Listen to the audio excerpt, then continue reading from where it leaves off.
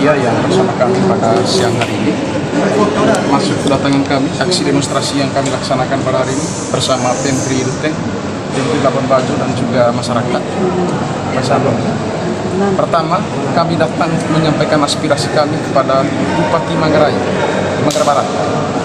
Jadi tujuannya pertama bahwa aksi kami menolak geotermal yang ada di Waisano, Kecamatan Sanonggoang.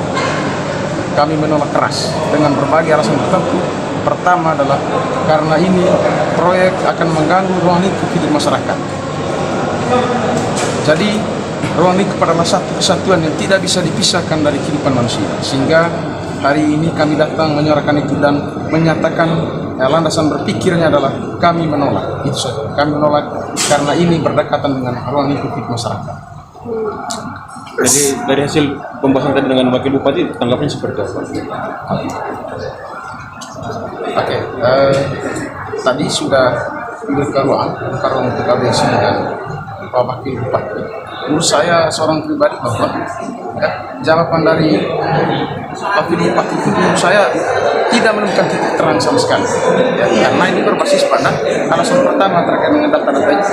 Karena data yang kami dapat juga hari ini adalah berangkat dari data itu, tetap mereka menggunakan data yang lama. Menurut kami data itu sudah basi. Tapi harapan kami semoga dia tidak bisa terjebak dengan data-data yang basi. Jika terus dilakukan pembangunan di Waisano, seperti apa yang akan dilakukan oleh kawan-kawan? Baik, izin bicara. Secara menurut kajian kami bahwa jika terus dilakukan, maka kita punya contoh-contoh proyek pembangunan geothermal yang gagal. Misalkan Matalok, di sana itu sudah dari awal pemerintah melakukan kajian riset dan sebagainya. Itu pada akhirnya kita lihat, kita bisa cek di berita, kita bisa nonton di YouTube bagaimana kondisi geothermal Matalok saat ini. Kehidupan masyarakat di sana saat ini sangat memprihatinkan. Mereka tidak bisa sektor pertanian mereka tidak bisa berkembang dengan baik karena tanah mereka sudah terusak.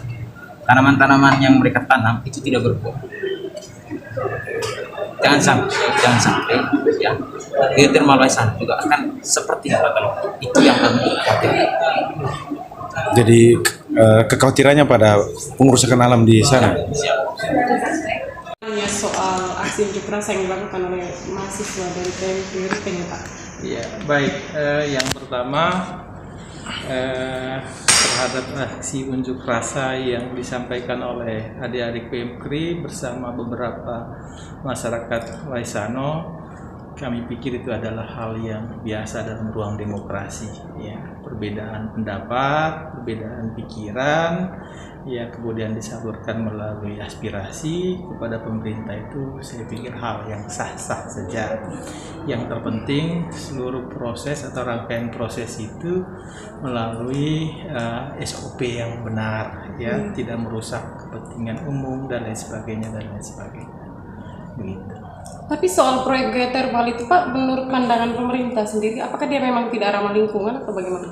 Oh, dalam banyak referensi bahkan dunia maupun secara nasional mendorong ya energi baru terbarukan. Ya, kita sudah harus meninggalkan energi fosil. Apalagi kita ini daerah tujuan wisata.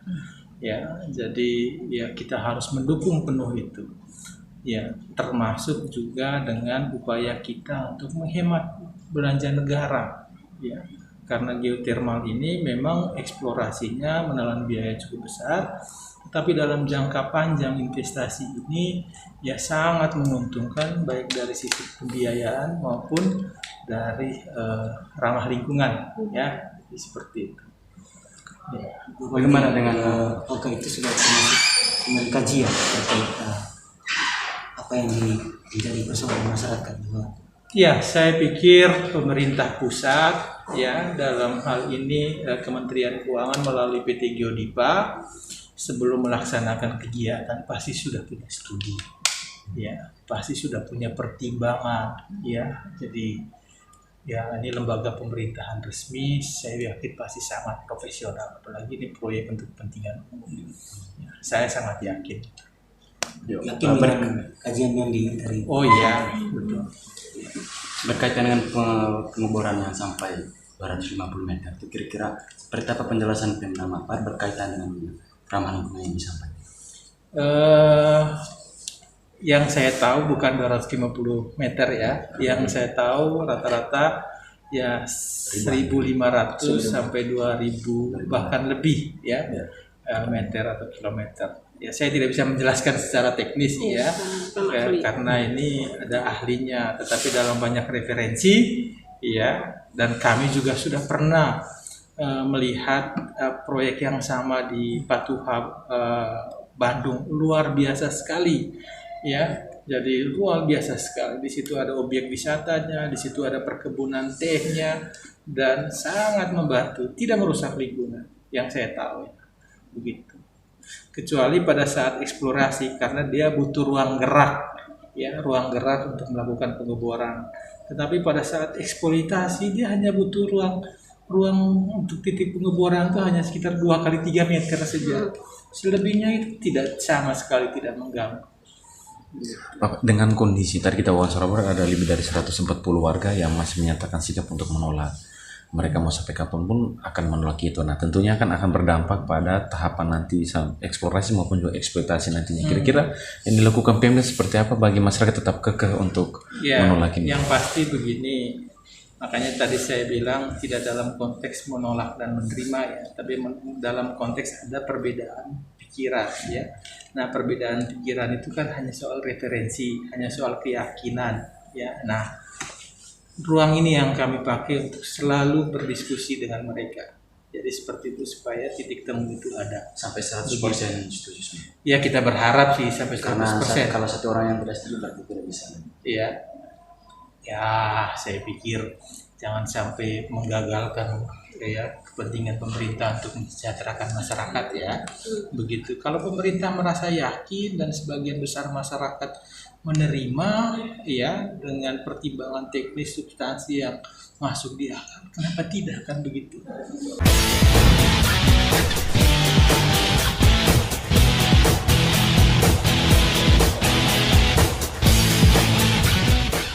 Terima kasih Anda sudah menyaksikan tayangan video dari channel YouTube GBR News untuk edisi hari ini.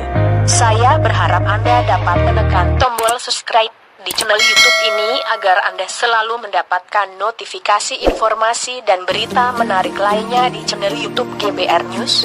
Salam.